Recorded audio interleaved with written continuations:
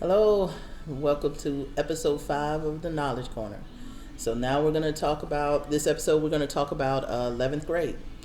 So your student has made it through ninth grade, 10th grade. Grades are good. Has done the research in college, but for different schools. Trying to decide what they want to do next.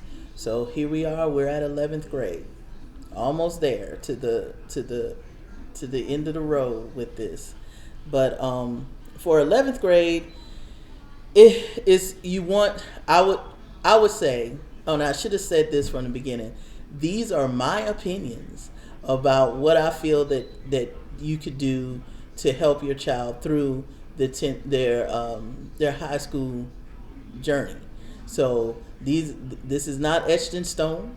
This is not anything that you want to go back and it's basically my opinion what I feel can help. So you can take the advice or you cannot, and it's fine. Be sure to subscribe and like and watch as many times as you would like. But let's get to it. So 11th grade. So what you want to do, top of your 11th grade years, you want to meet with your guidance counselor. You want to ensure that you're on track, that no classes slip through, that you have the amount of credits that you should be at the beginning of that year. You also want to again reach out to your teachers, because if it's a new set of teachers, you want to get acquainted with those teachers and everything that will go along with that. Um, you want to continue to explore career options.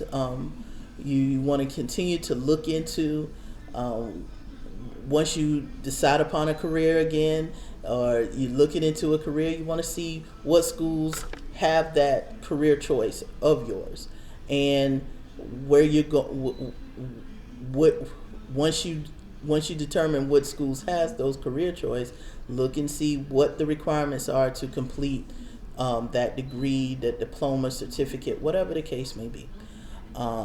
You want to take the SAT and the ACT. You want to go ahead and do that, get that out the way, and see where you're at.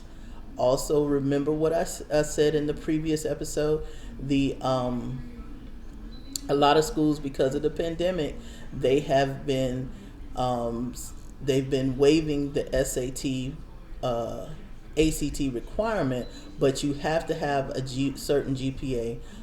Since the last episode, it varies at different schools. So it can nothing I've seen has been below 3.0. So you have to have at least a 3.0, but don't hold as we navigating through the pandemic and everything of that nature.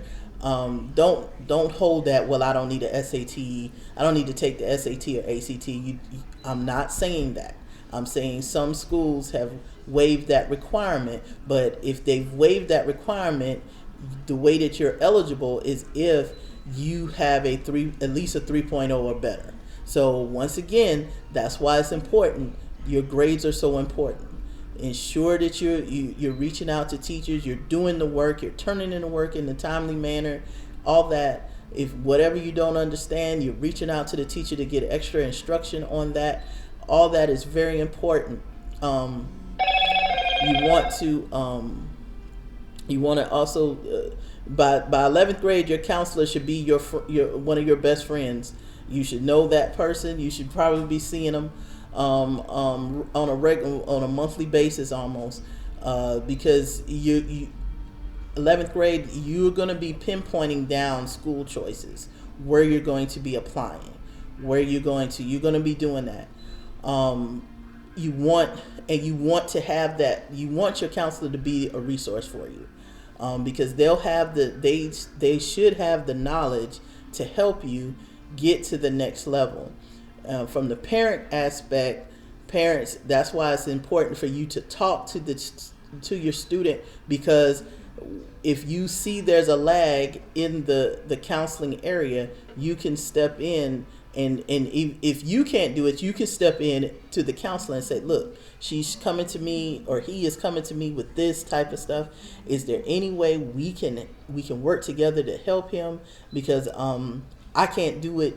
I can't, because of work or whatever, I can't be at the forefront of this. But if I can work with you to help them, I would love to do that. And any counselor worth their grain of salt will be more than willing to help that situation. So you just have to reach out to them and let them know. And again, as I said in a previous recording episode, just realize that your one student is reaching out to that one counselor, but that counselor has multiple students that they're dealing with and trying to get to and trying to help. So if you don't make the contact, or attempt to make the contact, then the counselor, you don't want the child to fall through the wayside. So you have to reach out. You have to be open-minded, and you have to have understanding, because everybody's just trying to get their job done, and it's very important. Also, junior year, once your child decides that they get their top 3, 4, maybe even 5 choices. If it's open, if the campus is open again, or if you're able to, you might want to go take a visit to those campuses, and let the student get a feel for the campus, walk the campus, take the tours, let them go through a dorm room setting, see how the dorms are set up and living arrangements, because all that will become important.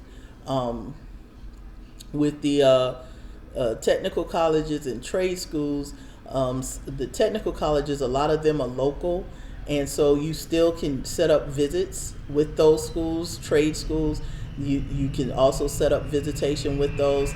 You want to do that because you can talk to the you could talk to the financial aid people. You set up a formal visit, and you can get all aspects of that school environment. You can talk to the admissions, housing, financial aid office. I know I'm missing something. Dining facilities, residential facilities, for public safety. All that's important to me. From the parent side of it, you want to be able to touch base with all those offices. The student, they're probably more will be concerned with their sleeping arrangements, how the apartment style living is set up and how it works and stuff like that. But it's important to give them a feel that'll help them make their decision, because where they decide to go can potentially be the place that they're going to be living for the next 4 years. So you want them to be comfortable in that time. I would say a lot of schools have opened back up for visitation, so it would just be a matter of calling the school or emailing the school.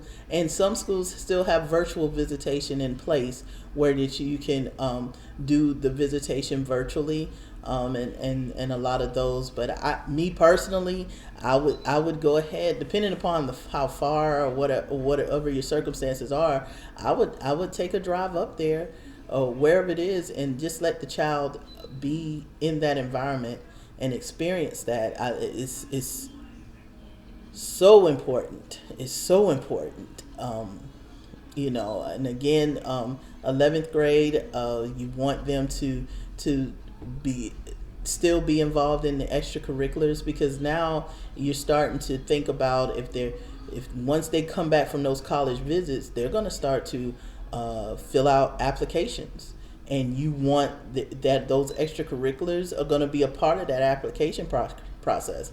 It's not just, even though I've emphasized grades, it's not just going to be the grades. It's going to be what they've done throughout high school. So you get involved in it's important to get involved in different things, and not only just to see what your interests are, but just it'll help with socialization, help build socialization skills, because you're going to be dealing with a lot of different types of people. Some are going to be people like people you've met before, and some are going to be totally different. So you want the extracurricular activities, just like I've said before, it just helps round out the high school experience. So you want that. 11th grade is an important year because a lot of decisions are made in 11th grade. Like I said, you want to meet with that guidance counselor. You want to ensure that you're on track for graduation. Two, you want to continue to explore your career options. You try to finalize, pick up to 5 that you would like. Research schools that offer those diplomas, certifications, degrees.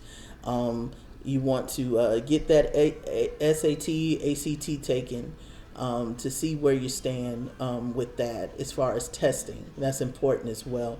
You want to try and visit those schools, the schools that you like. It's very those it's going to be important to get a couple of visits in, and be there and try to help the child make the decision. It's an exciting time, but it can also be a scary time because they're moving into the next phase of their life. They're moving out of your everyday life and beginning to start their own everyday life. So that's 11th grade, and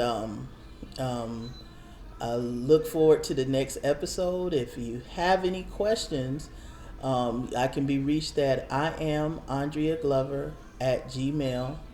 Excuse me, I am Andrea L. Glover at gmail.com. Thank you again.